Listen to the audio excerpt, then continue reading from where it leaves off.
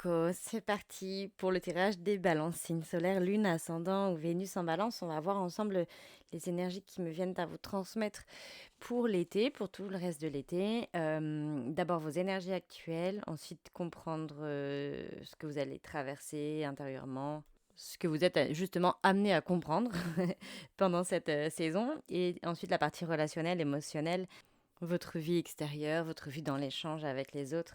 Et on regardera évidemment une carte conseil. Si vous avez envie de creuser davantage, il y aura une extension disponible. Il y aura en description de la vidéo le lien vers l'extension justement. Pensez au passage à glisser un petit like, un petit commentaire en cœur avec les mains, ou vous abonner pour être au courant dès que je sors une nouvelle vidéo, etc. C'est toujours très encourageant. Et puis, c'est parti. Alors pour vous, les cartes, elles sont tombées par carte. Bon, ma foi, je les garde comme ça. Normalement, c'était des lignes de 3, c'est pour ça que je dis ça. Donc on a pas mal d'informations. Il y a beaucoup d'arcanes mineurs, donc ce qui veut dire pour moi qu'il vous arrive beaucoup de possiblement d'expériences de vie, d'expériences à travers le quotidien qui vous amènent à évoluer, à grandir spirituellement, on va dire, qui vous amènent à vous interroger pour progresser, voilà, à travers des événements du quotidien. Dans vos énergies actuelles, on a 7 de denier, 5 d'épée, 6 d'épée, 4 de coupe. En fait, il y a comme quelque chose qui est en train de se transformer pour vous dans la vie matériel, physique, ou alors un rapport au corps, peut-être quelque chose comme ça, avec le 7 de denier. Ça nous dit que c'est en pleine transformation, c'est comme si vous vous redirigiez vers de nouveaux chemins, parce que peut-être vous avez voulu mettre plus de sens dans ce que vous faites, possiblement même par exemple au travail, professionnellement. Et que du coup, le fait d'avoir plus de sens dans son travail, qui est notre activité quotidienne principale pour la plupart d'entre nous, ça vous permet en fait de vous sentir au fur et à mesure plus aligné sur tous les autres aspects de votre vie.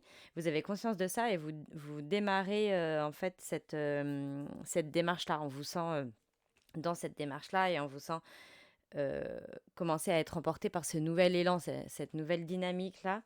Et avec le 5 d'épée, 6 d'épée, on a vraiment la confirmation ici que vous sortez possiblement d'une phase de conflit, de conflit aussi bien intérieur qu'extérieur, vraiment des tensions, ça peut être même des conflits verbaux avec des gens autour de vous, qui soient proches ou pas proches, mais qui viennent vraiment mettre en lumière vos purs conflits intérieurs. Si vous n'en avez pas encore pris conscience, vous êtes invité peut-être à venir analyser et détecter ça. Ok, là, mes derniers conflits, mes dernières embrouilles, verbales ou non verbales d'ailleurs, dans le sens non verbal, dans le sens parfois on ressent juste en fait ce que l'autre pense de nous, parce que les épées dans le tarot, ça va être à la fois le verbe mais aussi les pensées. Bref, peut-être vous les ressentez, etc. Mais en fait, ça nous indique ici que ça dit quelque chose de vous et ça peut être un moyen pour vous de progresser énormément sur le plan d'une forme de libération euh, karmique, spirituelle, etc., etc.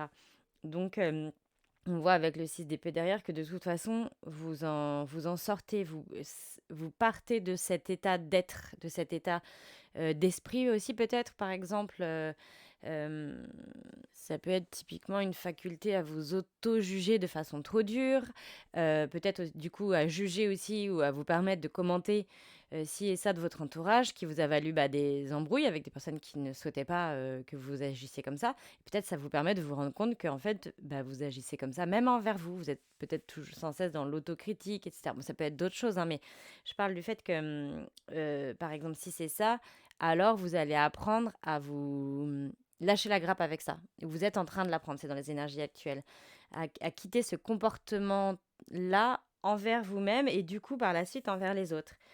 Euh, et donc vous êtes relativement en fait focus et concentré là-dessus. Il y a comme un réalignement intérieur qui se fait grâce à toutes ces prises de conscience, qui est un mélange du coup, comme je disais, entre vouloir mettre davantage de sens dans son quotidien, peut-être à travers son activité professionnelle, et aussi davantage de bienveillance, d'ouverture et de fluidité à travers vos échanges avec l'entourage aussi. Et tout ça, c'est en process de réalignement, de réajustement, etc., etc., avec le 4 de coupe. Tout ça, c'est en transition à l'intérieur de vous, c'est en travail, c'est en progrès. et ça va aboutir vers quelque chose de beaucoup plus lumineux, on verra, et d'une forme de guérison émotionnelle, on verra là avec la suite du tirage. Mais en fait, ce que je voulais dire par là, c'est qu'aussi c'est peut-être, une invitation si vous le faites pas déjà, si vous n'avez pas encore capté tout ça. Le cadre de couple, là, en fin de ligne, c'est peut-être comme une carte conseil qui vous invite vraiment à vous accorder des moments de retrait, de réflexion et possiblement sinon de méditation, mais dans le sens de méditation pour venir peut-être réfléchir à justement tout ce qu'on vient d'évoquer là. Ok, qu'est-ce qui me vaut autant de conflits intérieurs comme extérieurs?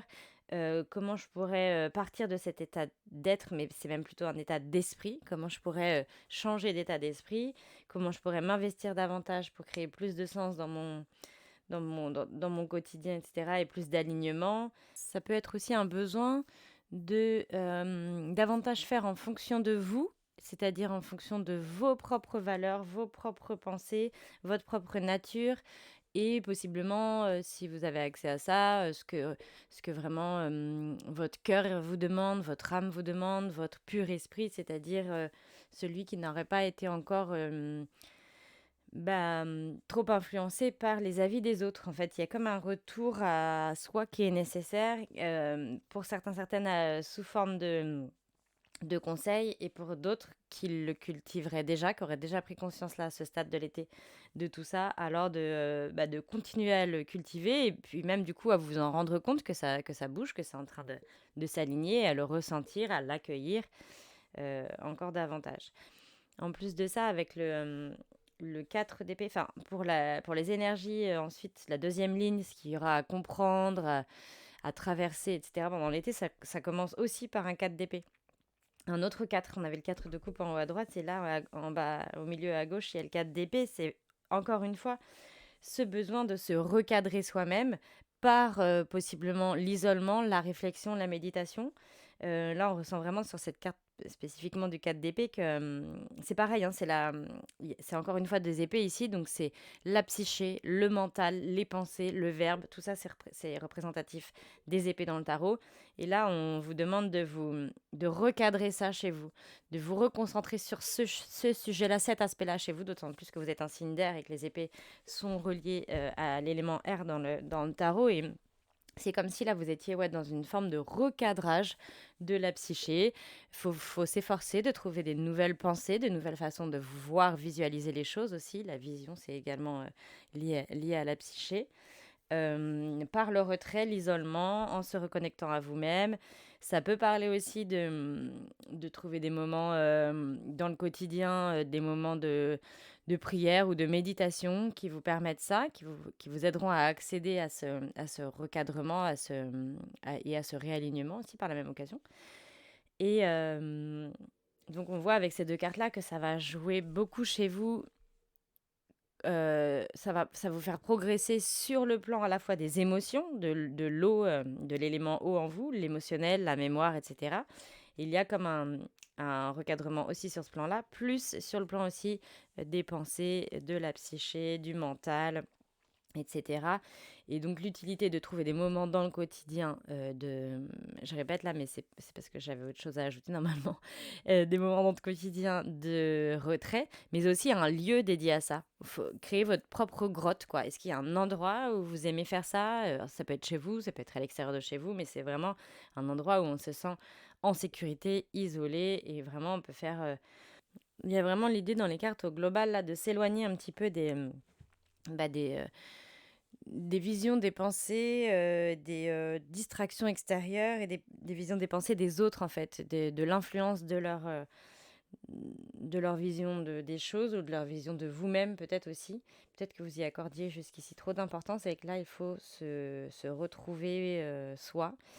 Ça peut parler aussi d'un grand, grand besoin de repos, hein, par le retrait et tout. C'est comme si vous alliez capter l'intérêt de tout ça, en fait. L'intérêt de vous retirer de temps en temps de la vie sociable et extérieure pour vous faire davantage grandir, pour préserver un certain équilibre et un certain cadre sur vous-même, pour ne pas partir dans tous les sens au niveau notamment ouais, des pensées, du mental, que l'ego et les besoins de l'ego ne prennent pas le dessus sur le cœur, sinon on se désaligne, hein, tout simplement, etc. etc. Et en fait, on sent que vous allez vraiment capter ça et vraiment jouer le jeu là-dessus parce qu'après on a que des fortes cartes de guérison. C'est-à-dire on a le roi de coupe qui nous parle d'une maîtrise émotionnelle absolue, hein, c'est le personnage, le plus haut de toute la suite des coupes qui est lié à l'émotionnel et en fait, on sent ici que vous allez apprendre en fait à gérer parfaitement cet aspect-là de vous, c'est-à-dire votre aspect émotionnel, pour ne pas vous laisser happer par justement les ressentis, les émotions. Ça peut être de la tristesse, de la mélancolie, etc. Jusqu'ici, en fait, ça vous happait vers d'anciens schémas. Et là, en fait, vous apprenez à les reconnaître lorsque c'est une émotion et que, elle passe là comme une vague passe ou comme une tempête peut passer et en fait, vous allez apprendre à vraiment maîtriser parfaitement ça en vous, chez vous, par le mental aussi, par des exercices de visualisation possiblement aussi ou par de la méditation et ça va vous apprendre à prendre le dessus et à ne plus tomber dans vos propres raz-de-marée émotionnels, en fait. C'est ça que ça nous raconte. Comme si vous appreniez à surpasser ces moments-là, à dépasser ça, et vous en sortez plus fort ou plus forte. Et possiblement, ça vous fait entrer dans un tout nouveau cycle de vous-même, en fait, à une toute nouvelle façon d'être. Les rois en général et les reines peuvent représenter aussi des figures thérapeutiques. Peut-être que vous voyez, vous allez décider de voir un ou une thérapeute euh, pour vous accompagner sur ce travail-là, en fait, ce travail intérieur lié à l'émotionnel, hein, je répète, lié à l'élément eau. Ça peut être aussi, ça peut être aussi découvrir qu'en fait, je sais pas, en plus, nous sommes l'été, c'est les vacances, peut-être que vous êtes à la mer, et ça peut être aussi découvrir qu'en fait, de faire des bains de mer régulièrement, vous sentez que ça vous nettoie, que ça vous change, que ça vous transforme, et vous jouez le jeu avec ça, vous faites des bains de mer en conscience, comme on dit, c'est-à-dire en prenant conscience et en décidant que ça vous nettoie et que ça vous transforme, etc. etc. C'est là où ça a un effet alchimique, du coup. Et voilà, et cette carte, en plus, elle est intéressante parce elle enferme tout plein de symboles, enfin, comme toutes les cartes, mais celle-ci, on dirait qu'elle enferme plein de symboles, un petit peu comme des conseils pour vous, pour l'été. Donc, déjà, peut-être aussi que tout ça a pu commencer comme travail intérieur de guérison émotionnelle. Ça a pu fortement commencer chez vous depuis la saison des cancers, après le 21 juin. C'est vraiment la carte symbolique de l'été, puisque dans ce tarot-là, les coupes représentent l'été. L'eau, en fait, l'élément eau représente l'été. Et là, c'est la plus forte carte des coupes. Ça peut nous parler aussi d'un personnage poisson, c'est du signe des poissons, autour de vous, qui agit peut-être comme quelqu'un qui vous aide dans ce processus de guérison, ou peut-être que vous avez un placement important en poisson, une lune, Vénus en poisson possiblement aussi, pourquoi pas en ascendant. Et en fait, on vous indique là que c'est tout cet aspect-là chez vous qui est en travail, qui est en action en fait, et qu'il faut laisser, qu'il faut accepter, qu'il faut laisser vivre et s'exprimer en vous parce que ça va vous mener à une véritable transformation intérieure, régénération en vous des mémoires, etc. Pourquoi pas un travail aussi sur un nettoyage de mémoire karmique ou transgénérationnelle, etc. Vous prenez en fonction de ce qui vous plaît en fait de mettre en place dans votre vie, hein, des choses qui vous font pas peur, qui vous donnent envie, qui vous appellent. Le personnage tient à la fois une coupe comme le Saint Graal, qui en fait est la symbolique d'avoir trouvé comment alchimiser les choses depuis son propre cœur, hein. Le Saint Graal, c'est vraiment c'est la coupe qui relie au divin, etc., etc. Mais c'est lorsqu'on a compris qu'en fait, on peut alchimiser et transformer tout ce qu'on veut grâce à la puissance et la lumière du cœur, etc. Donc peut-être c'est des choses qui vous parlent déjà ou qui vous parleront bien des mois plus tard. Mais en tout cas, c'est cette quête du Graal que vous êtes en train de mener, que vous êtes en train de mener. C'est un peu obsolète, un peu démodé comme terme, mais ouais, c'est vraiment l'idée de trouver l'indépendance et l'autonomie de l'ouverture du cœur, en fait, dans le sens savoir s'auto-guérir, etc., etc. Émotionnellement parlant, je veux dire, hein. Je parle pas ici forcément d'auto-guérison médicinale. Enfin, si vous êtes malade, allez quand même consulter, ça n'a rien à voir.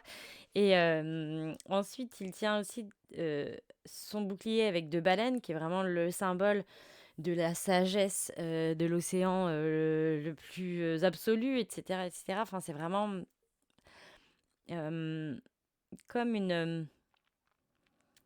Par exemple, ça peut être le conseil de vous connecter à cette énergie-là, cet animal totem, ou si vous en croisez dans votre quotidien, peut-être que c'est un symbole ou un animal qui a des messages pour vous. Si ça vous parle, vous pouvez aller vous renseigner sur sa symbolique, etc., etc. On a ici les baleines, donc la coquille Saint-Jacques, donc ce chemin de Compostelle, etc. aussi, hein, très parlant, le dauphin et des sortes de poissons volants, les poissons étant la symbolique des religieux, des personnes qui ont la foi, parce qu'ils sont connectés au grand tout, à la source de l'univers, etc., etc., d'une certaine manière.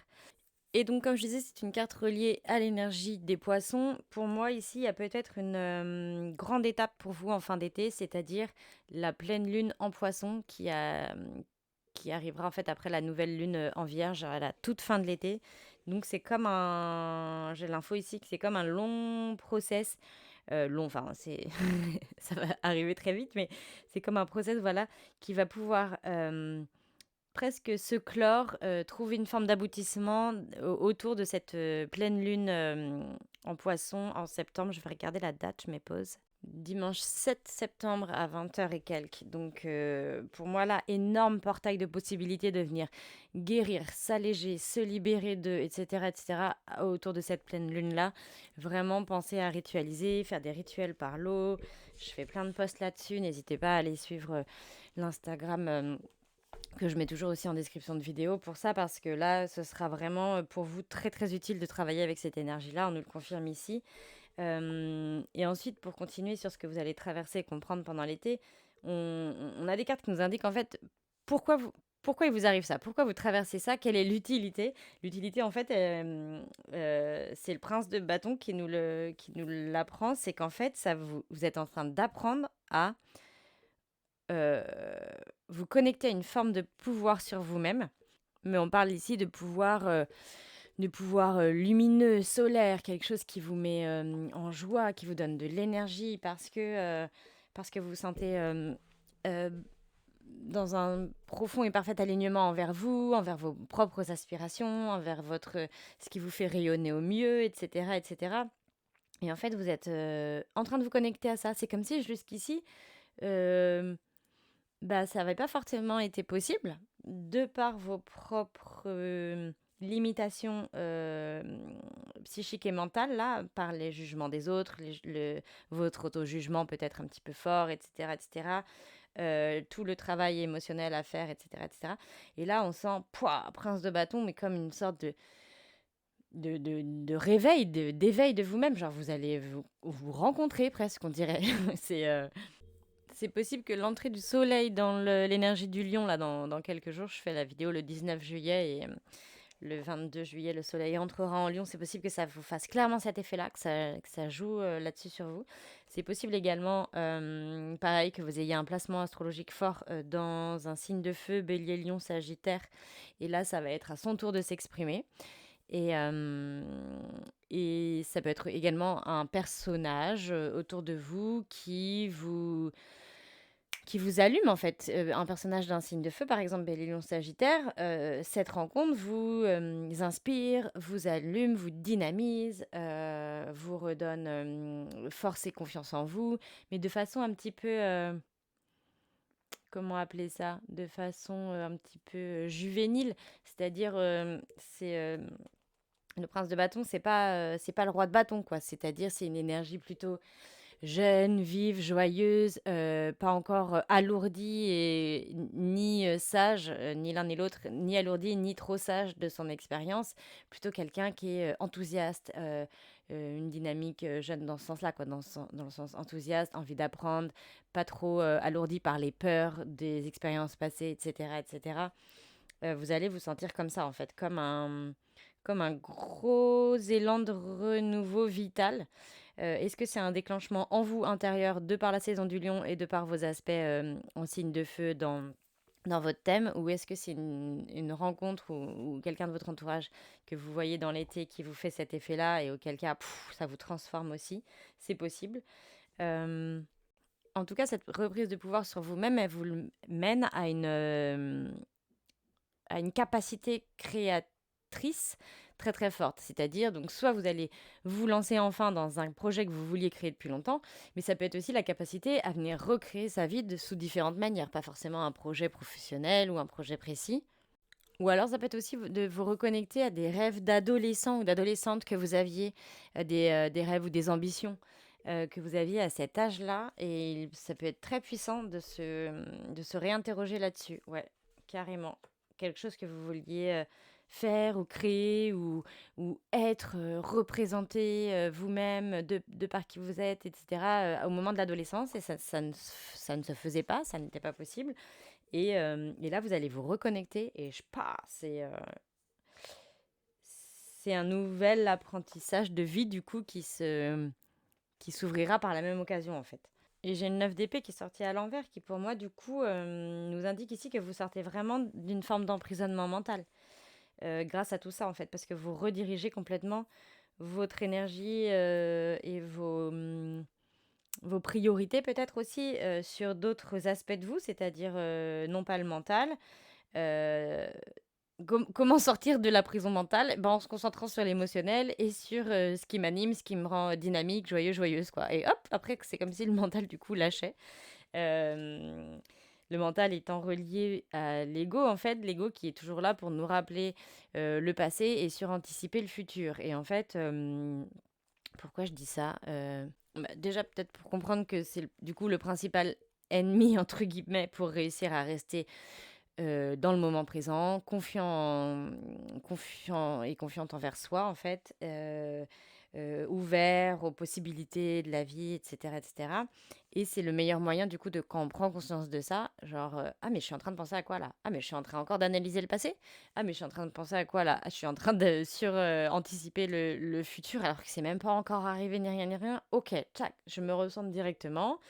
Ça sert à rien. Et hop, on a l'impression que directement, du coup, le fait de savoir ça, là, ce que je viens de vous évoquer, vous allez vous en servir et ça va complètement vous permettre de sortir de cet emprisonnement mental qui possiblement vous crée des insomnies, euh, vous faisait tourner en rond sur les mêmes types d'événements cycliques, de schémas cycliques, de situations cycliques qui reviennent dans votre vie, comme une forme une impossibilité à venir recréer, retisser de nouvelles possibilités dans la suite de votre parcours. Euh, Comme un labyrinthe sans fin, en fait. Voilà, c'est ça l'image que j'avais. Et en fait, pour moi, ici, avec le 9 d'épée à l'envers, c'est la confirmation que vous en sortez, ou la promesse de pouvoir sortir de cet état d'esprit mental, de cette emprise mentale sur vous-même, en fait, grâce à tout ce qu'on vient d'évoquer avant. Et c'est évidemment des guidances un petit peu denses, donc n'hésitez pas à les réécouter plusieurs fois, etc. Euh, et pour la partie vie relationnelle, sentimentale, l'amour, etc., éventuellement, en fait, on n'a que des cartes qui nous parlent de guérison. C'est magnifique.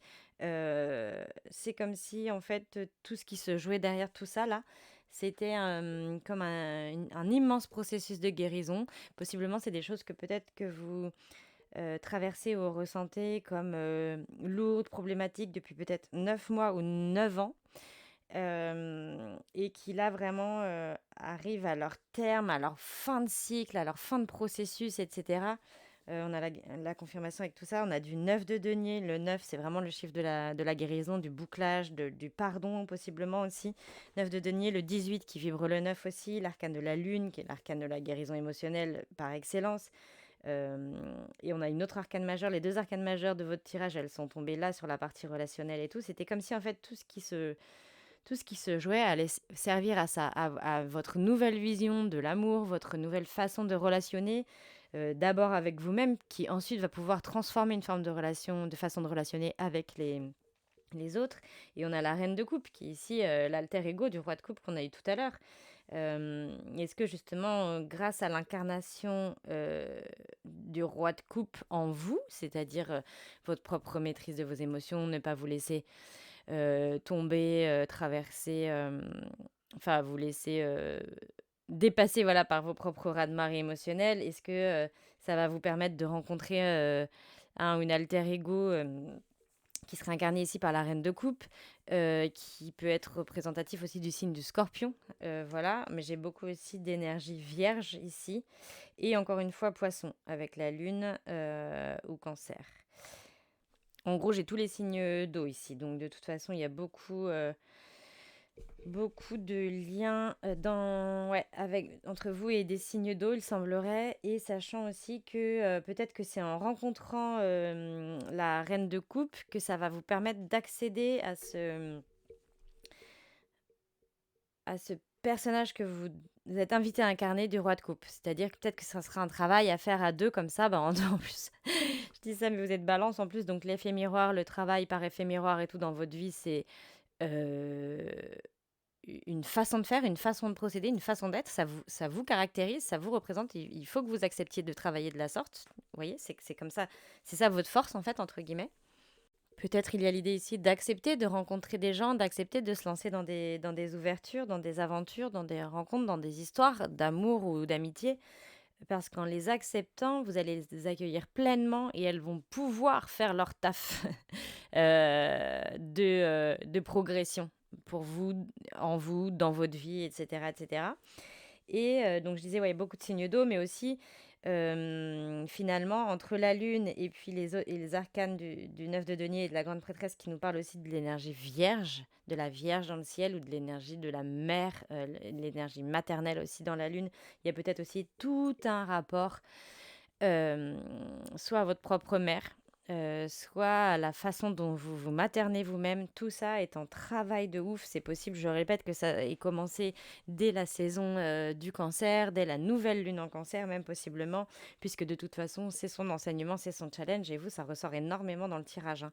Donc c'est possible que vous gagnez énormément en autonomie émotionnelle, amoureuse et relationnelle grâce au fait d'avoir compris comment prendre soin de vous, comment être bienveillant, bienveillante avec vous, envers vous-même, comme si vous étiez votre propre mère. Est-ce que vous arrivez peut-être à ressentir la mère qui vous a mis au monde en vous, dans votre cœur? Peut-être que vous êtes en train d'apprendre à le faire et que ça vous fait un bien fou et ça vous autonomise de façon folle également, enfin de façon folle, de façon grandiose et belle plutôt. Voilà, on a ça. Une grande importance aussi de venir ritualiser avec la lune ici, c'est vraiment très très fortement conseillé et affirmé ici.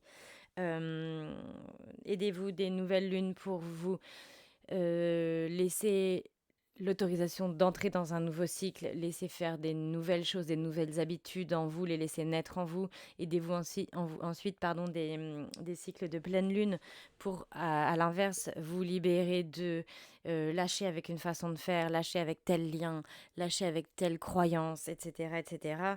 Ça va vous être très très bénéfique et là, parce que avec vraiment cet arcane de la lune ici et du 9 de denier qui voit il y a son décor qui est derrière elle, comme si elle le visualisait, elle essayait de le manifester, il était en train de prendre forme derrière elle, elle s'en est même pas encore rendu compte. Et là, le 9 de denier, n'importe quoi, la lune, pardon, ici, c'est pareil, on a vraiment cette sensation que vous êtes aux portes de votre nouvelle vie, au seuil de votre nouvelle vie et tout. Il y a comme un grand bouclage qui se fait pour vous sur le plan relationnel, émotionnel dans l'été. Euh, c'est très puissant, ça blague pas du tout, c'est très beau et vous pouvez en sortir en fait que gagnant-gagnante les balances. Et j'ai en dos de deck la reine de bâton et derrière le 6 de denier, donc c'est parfaitement cohérent. En fait, reine de bâton, c'est vraiment que c'est la promesse que vous allez comme accéder à une immense confiance et foi en vous, mais non pas relié à l'ego, mais relié au cœur, à l'esprit, à votre éveil personnel. Ouais, j'ai vraiment la sensation que vous allez vous rencontrer, quoi. C'est fou, ça. C'est possible? Vous allez comprendre qui vous êtes, vous allez vous rencontrer, et vous allez peut-être tomber en amour sur vous, ce qui vous permettra de tomber en amour avec quelqu'un. carrément. On ira voir ça, tout ça en extension de toute façon, parce que là, typiquement, sur l'aspect relationnel, il se joue quelque chose, hein. 6 de denier derrière, apprendre à recevoir et à donner en retour pour entrer dans une forme d'abondance. Magnifique. Je vais tirer une carte conseil de la part de l'oracle de Gaïa. Une carte conseil pour l'énergie de la balance. Une carte résumée, une carte conseil pour l'énergie de la balance cet été. La paix. Waouh! Et on peut pas faire plus jaune, hein. Je vais la mettre en photo.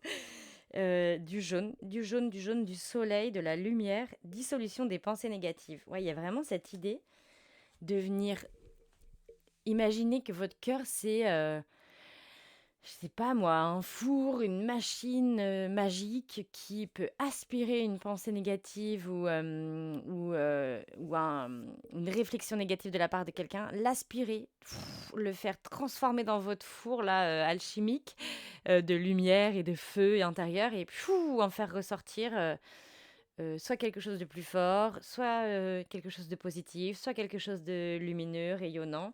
Ça se trouve, ça va être quelque chose comme ça que vous allez vous permettre de faire soit quotidiennement, soit dans votre petit coin, votre petite grotte là, régulièrement pendant l'été, et ça va être game changer quoi. Je vous lis ce que la carte de la paix nous raconte. Et après, on va passer à l'extension 26.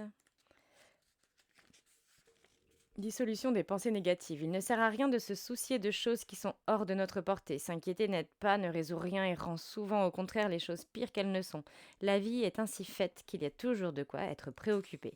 Pourtant, il est vital pour votre bien-être et celui de ceux qui vous entourent d'apprendre à gérer les choses de la manière la plus positive possible, afin de stopper le cercle vicieux des pensées négatives et perturbantes. Vous devez vous entraîner à vous concentrer sur l'aspect positif des choses. Prenez le temps de méditer au début et à la fin de chaque journée. Ramenez votre conscience à l'intérieur de vous. Imaginez-vous entouré d'amour et de lumière. Laissez la lumière universelle de l'amour remplir votre cœur et votre esprit. Imaginez que vos pensées se dissolvent et s'éloignent en flottant dans l'espace. Votre esprit est en paix, aussi clair qu'un ciel d'été. Bah voilà, magnifique. Concentrez-vous pour tout ce qui va bien dans votre vie et remerciez la Terre-Mère et l'univers pour leurs bienfaits. Canon. Parce que tout ce qui est énergie de la Vierge et tout, là, comme je disais à la fin, c'est aussi l'énergie de la Mère universelle, de la Terre-Mère, etc. Et il y a une importance de se connecter à cet archétype-là, à ce principe-là, à ce concept-là, en fait, si vous voulez. J'ai confiance dans le pouvoir de l'amour. C'est une affirmation positive, pardon, à éventuellement réécrire et à vous lire tous les matins en vous regardant dans le miroir, ou des choses comme ça. J'ai confiance dans le pouvoir de l'amour, j'ai confiance dans l'ordre des choses, mon esprit est semblable à un ciel d'été, mon cœur est empli d'amour, tout sur cette terre baigne dans un océan d'amour. C'est fou parce que des cartes reliées à l'eau, à l'océan et tout, il n'y a que ça quasiment dans votre tirage. Ça et du soleil. J'aime trop. Trop bien, on va passer à l'extension, mes chers balances, et on va aller voir avec le Rider-Waite plus d'informations concernant ce qui se joue surtout sur la partie relationnelle, émotionnelle, là, parce qu'on voit quand même pas mal de cartes avec des personnages. Je voudrais essayer un petit peu de mieux décortiquer, mieux vous guider là-dessus. Voilà, vous pourrez retrouver le lien en description de la vidéo. Je vous remercie, à très bientôt, j'espère.